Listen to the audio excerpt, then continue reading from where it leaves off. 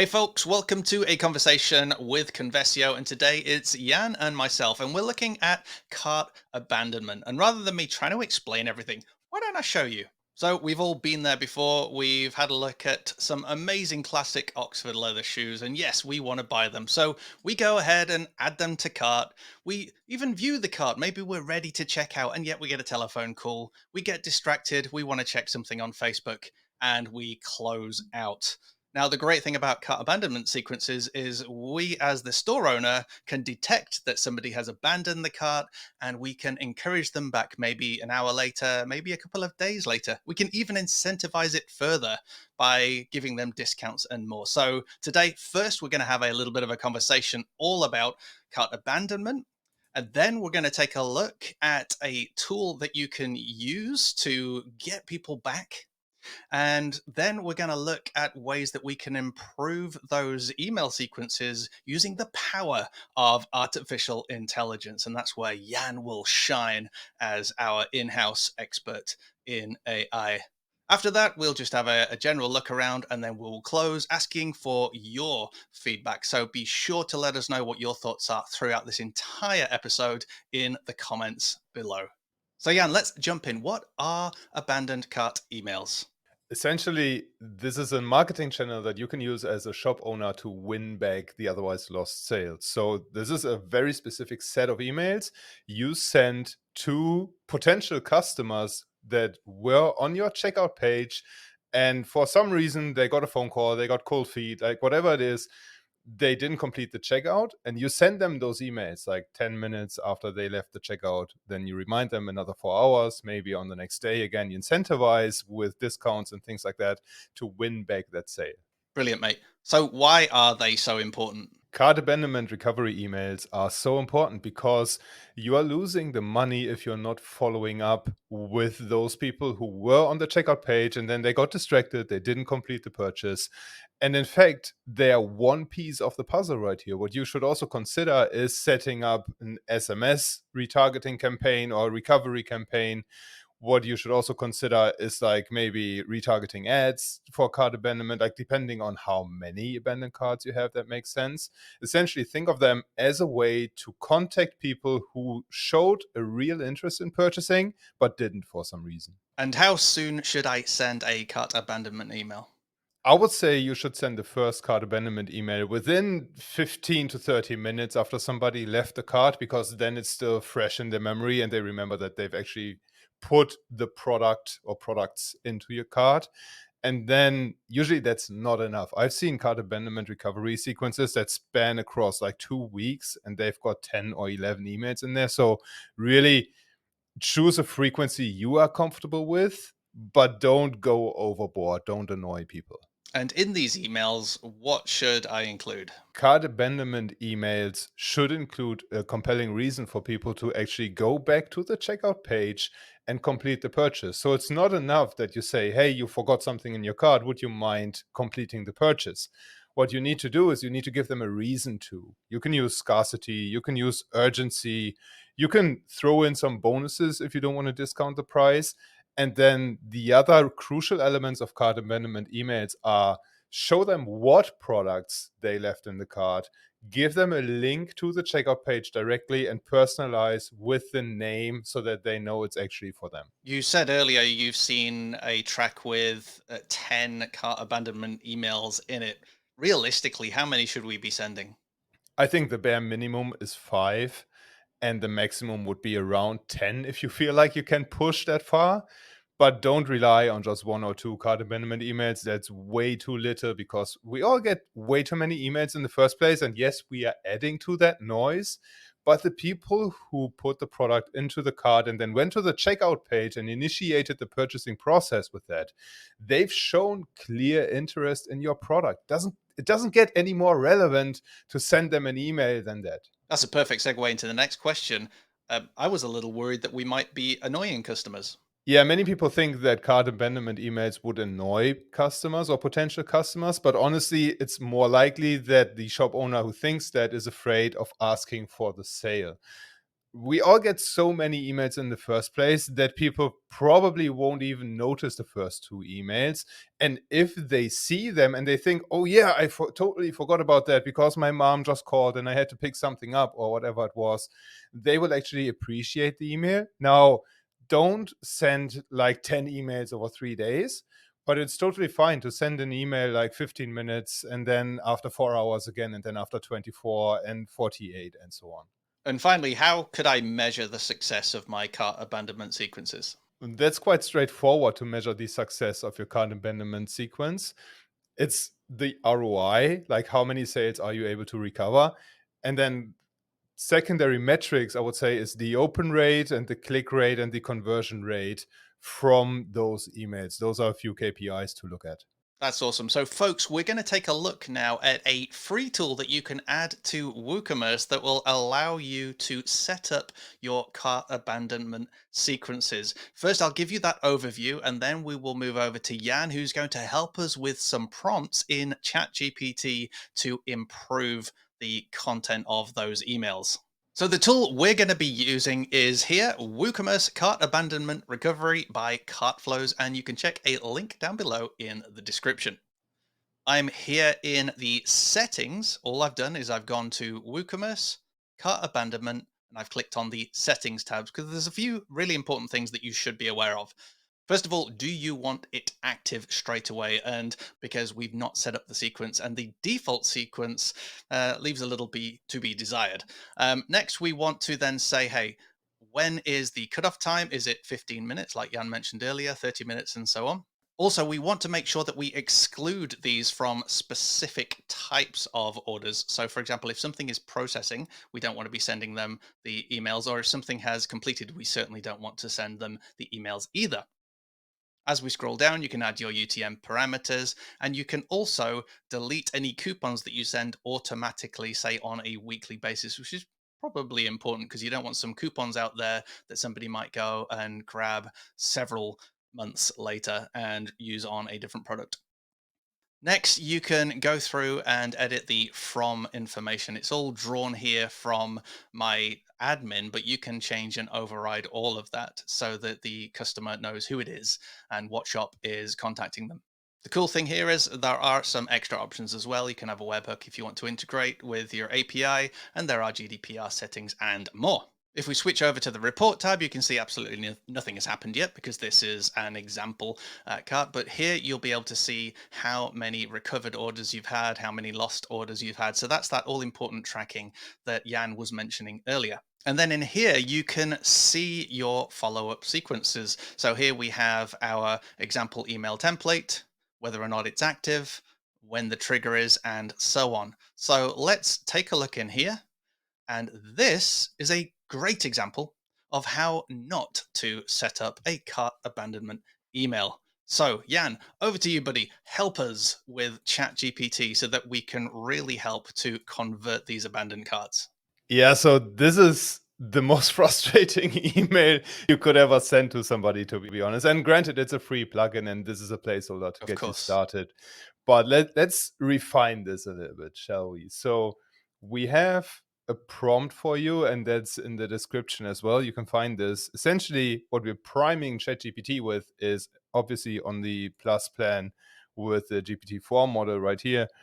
You are a world-class conversion copywriter with a decade of experience in writing high-converting email campaigns for e-commerce businesses. You need to do these primes just as a background on prompt engineering. You need to do this because ChatGPT has this plethora of knowledge, and usually it goes into just very shallow levels of the knowledge. With the priming, you help it to really nail this very specific subset of information that it has been trained on, and to make it go a little bit deeper and produce better outcome for this. What you'll also notice is we added a PhD in human psychology because that's ultimately what is important right here. You need to understand how to make somebody do something. In this case, how to make your potential customer complete the purchase. And then the task is for ChatGPT to craft an abandoned cart or cart abandonment email series that triggers when somebody puts a product in the cart of the online shop but leaves it without purchasing. The campaign should have 5 emails. Feel free to tweak this to how many ever you want to send, that go out over the course of 10 days. Again, not to annoy people too much. And the first one should fire 15 minutes after they left the card. Please ask me 4 questions that give you all the details you need to write those campaigns. And this, for me personally, is one of my favorite ways to mitigate ChatGPT going off on tangents or hallucinating and making up stuff. If it asks me what it thinks it needs to know to write the best campaigns, I can make sure I give it all the information that it needs. So when we execute this, we now see the questions that are coming in. Obviously, it needs to know about the products that we are selling, needs to know about the target audience, the brand voice and style, and past campaigns or data insights. And we won't use this for this example because, as Lee said, we set up a demo store for this, so we don't have any past campaigns.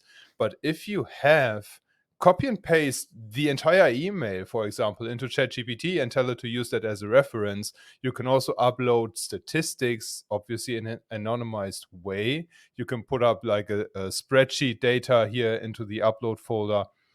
This is everything you can do with ChatGPT, but let's focus on the top 3 right now. The other thing in data as well is you could also paste in all of the fields that are available from WooCommerce, cart abandonment, and recovery. Right. That way, it will know what it's using, at least in some of the output emails. So any relevant information, I guess, can go in section 4. Right. We can actually demonstrate that. That's a really good point. So let's go with the first product. The product is Oxford leather shoes. Actually, what I would suggest you do if you just have one product, some shops are like very funnel based and they just have one product or very similar set of products, and then there's tons of upsells and downsells. You can just copy and paste the product description that you have on the website to make sure ChatGPT picks up the right tone of voice and all the details that matter. If you sell a variety of products, describe them as good as you can and Mm. talk about the benefits and the reasons for people to buy. Then the next step would be the target audience.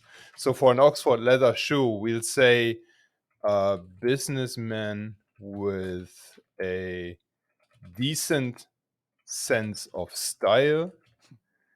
They value being dressed well, want to achieve a lot in their corporate career, get promoted into a leadership position if they aren't already. All that from some shoes, eh?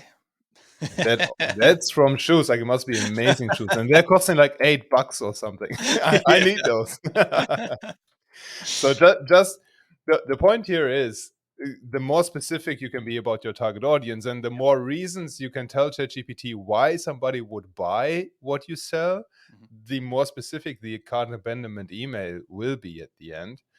And then we have the brand voice and style. Let's do this very simple. Usually you would have like corporate identity or style guides or something, but we'll just keep it in a friendly, professional, and empowering tone of voice.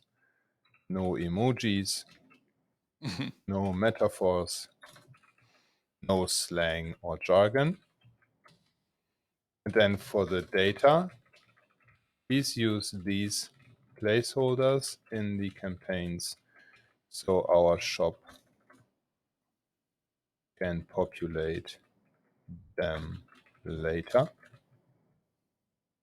That was the wrong copy. Here we go with the placeholders. That's from the plugin. Yep.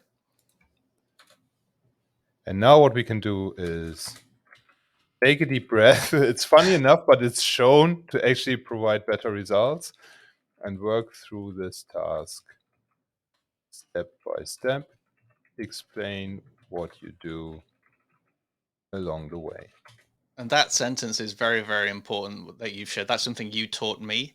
Take a deep breath. I've no idea why that works, but I guess somehow it's getting itself ready, and then it's thinking through the process step by step. If I've not included that, I just get a whole barrage of text Yeah. and no explanations. Whereas, as you can see here, the formatting right now is very clear and very simple. Yeah, and it uses the placeholders straight away. Mhm. It's not like let's put them side by side. So the first email we had is, we have trouble processing your recent purchase. Would you mind completing it? Like, if I get that email, I'll never order from that shop. Like, no. That's not the way you do this. If you send Yeah. this, you're ruining your brand reputation, frankly. Compare that to, you've just added a touch of class to your cart with our formal shoe. These aren't just shoes, they are a statement of elegance and ambition, perfect for that next big meeting or That's significant brilliant. corporate event. That's amazing. That's copywriting right there. And it might not be your ideal tone of voice if you try this, but you can refine this. Of And course. it's leaps and bounds better. But how clever is that? You've Better. just added a touch of class to your cart rather than we had trouble processing your order. Yeah. Well, that's so Yeah. cool. This is empowering. This Yeah. is, you've done something good. Now keep at it. Yeah. And the other one is like, you fool, why didn't you complete? It was £8. Come on. And now we get another email that says, okay, let's share a testimonial. Let's share a review highlight. This is a very, very clever way to increase the conversion rate, because you just say, wondering if it's right for you. People might have second guesses. They might have put the cart or put the product into the cart in a flash of inspiration, or they just thought, okay, it's an impulse buy, let me get this. And then when they got to the checkout page, they said, oh no, actually, do I really need this? Mm. And you can push those people over the fence with testimonials and reviews. Now, the third one actually says, okay, limited time offer. Here's a coupon code for 10% off, valid for the next 48 hours. And you I can like how already it said your see style it's really matters to good. us. Did you Yeah, see that? Your style matters to us. So again, you're not. right It's not here. necessarily selling at them, is it? It's just like, okay, like we're in this with you. Yeah, we care about you. And Yeah. obviously, we care about your money, but we also care about you getting a good product as Yeah. well.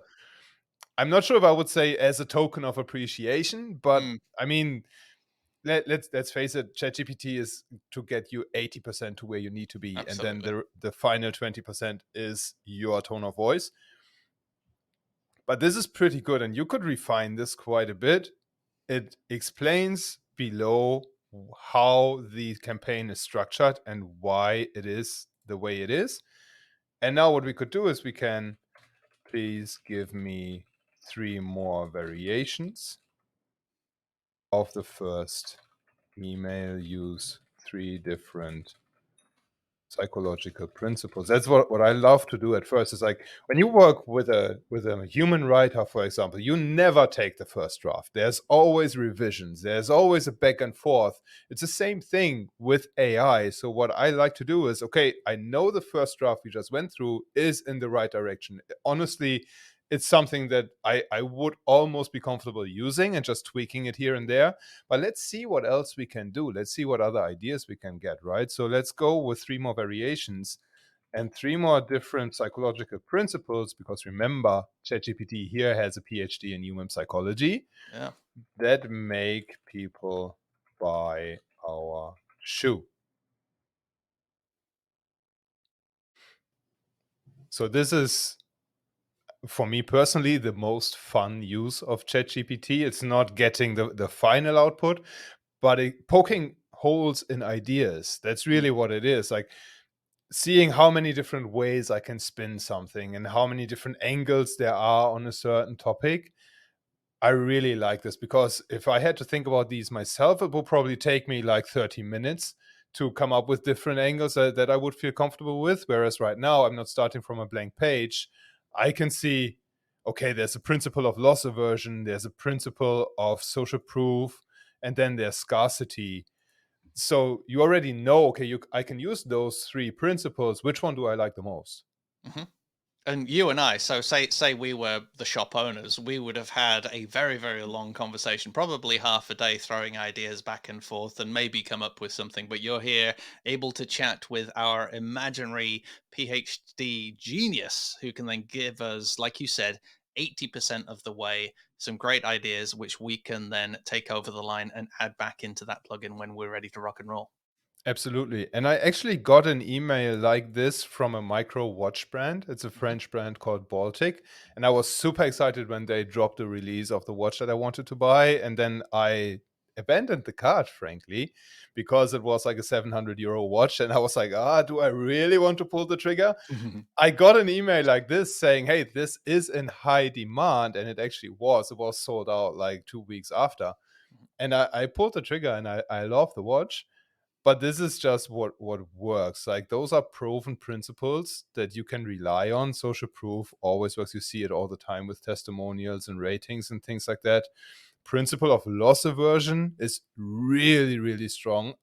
Humans are wired that they would rather endure pain to avoid losing $100 or euros than endure pain to gain another 100. So loss aversion is really, really strong. And this is like, imagine walking to your next big meeting with the confidence that only comes from wearing the right shoes. Now picture the missing out on that feeling. This is so strong. I don't know about you, Lee, but this is the best line I've seen here. Yeah, absolutely. So then what you can do is you copy and paste, just right click, copy. And then we go back to the plugin and we paste it in here. And we need to update the link. So we can go to the field and we have the URL right here. Maybe what we can do is complete the purchase here. And then we put that as a link field that looks a bit more friendly. And we can enable this email. Or actually, one thing we needed is we need a subject line. Yeah, something to compel them to open the email. Please give me 15 ideas for short and catchy, high converting subject lines for the email using the browser version principle. And again, you've asked here for 15 because we don't want to go with just the first idea. And we want a range of ideas, and we can pick or mix and match what we feel is the best. Right. And you've made a very important point right there, mix and match. Mhm. Honestly, with subject lines, I usually find myself using the suggestions just as inspiration. Then I would either write something myself or I take parts of different subject lines and put them together. I rarely use the direct suggestions from ChatGPT. Mhm. Like, for example, when I look through these last chance, it's not the last chance. We're sending them 4 more emails. We already know that. So that would be unethical to use the last chance. This might be pretty good. Mhm. Time's running out. No, it's not Not. really. Final hours, that's a lie. Avoid disappointment. I don't want to have disappointment as a subject line. Your card's expiring, grab your shoes. Now this might actually be one that we can use right here, but let's not go too deep into subject line copy. I think that's a whole nother story. I will probably say something like your card's expiring, grab your Oxfords now. I think that's the Yeah. way I would do this, because the more relevant to and the more specific you can make the subject line, the better it is. And I would remove the exclamation mark because that's likely triggering some form of algorithms to get into the promo tab or something like that. But I'll go with an email subject line like this. You can tweak this however much you want. You turn on the template, and all you need to do then is to say, okay, when do I want to send this? I would say 15 minutes after the card is abandoned. We can do the test email, of course. And we can have it in the WooCommerce email style if we wanted to keep it on brand. If you've invested a lot of time tweaking those emails, which is not an easy task, honestly, then you can have this on brand as well. You update the changes and you execute for the next email. That's it. Remember, folks, when you set everything up, you're going to want to select enable tracking to make sure that everything operates. Now, this plugin is free and it will allow you to do a general cart abandonment sequence. So, of course, we've looked at that one specific product if you just have one product that you're selling in your WooCommerce. But using this plugin, you're probably going to want to do something that's more general for your entire shop if you have multiple different products, which Jan was alluding to earlier. Yeah, 100%. You can tweak this sequence that we just wrote in ChatGPT to be product specific or to be specific to a whole range of products. Like, we actually, with Convesio, there are shops that have tens of thousands of products. So they need a very, very broad recovery sequence for recovering abandoned carts. Whereas if you just have a selection of products and you just sell, let's say, shoes or beauty creams or whatever it is, then you can narrow down the wording in the sequence a lot more. And of course, the tool that we've used specifically in here is just for this demonstration. There are many cart abandonment tools out there, as well as ones that will allow you to get right down to that granular level of being product specific if you want to go through this process. What is very valuable from this video, however, is all of that Jan shared with us, that big long prompt and how he has that conversation, the sort of language that he uses with ChatGPT. So please be sure to watch it back. Add this video to your favorites. If you like this video, be sure to give us a like. If you want more videos like this, be sure to subscribe and finally join us in the comments below. What are your biggest takeaways? Do you have any prompts that you would use with ChatGPT to improve your cart abandonment sequences? If we don't see you in the comments, how about we see you in the next episode?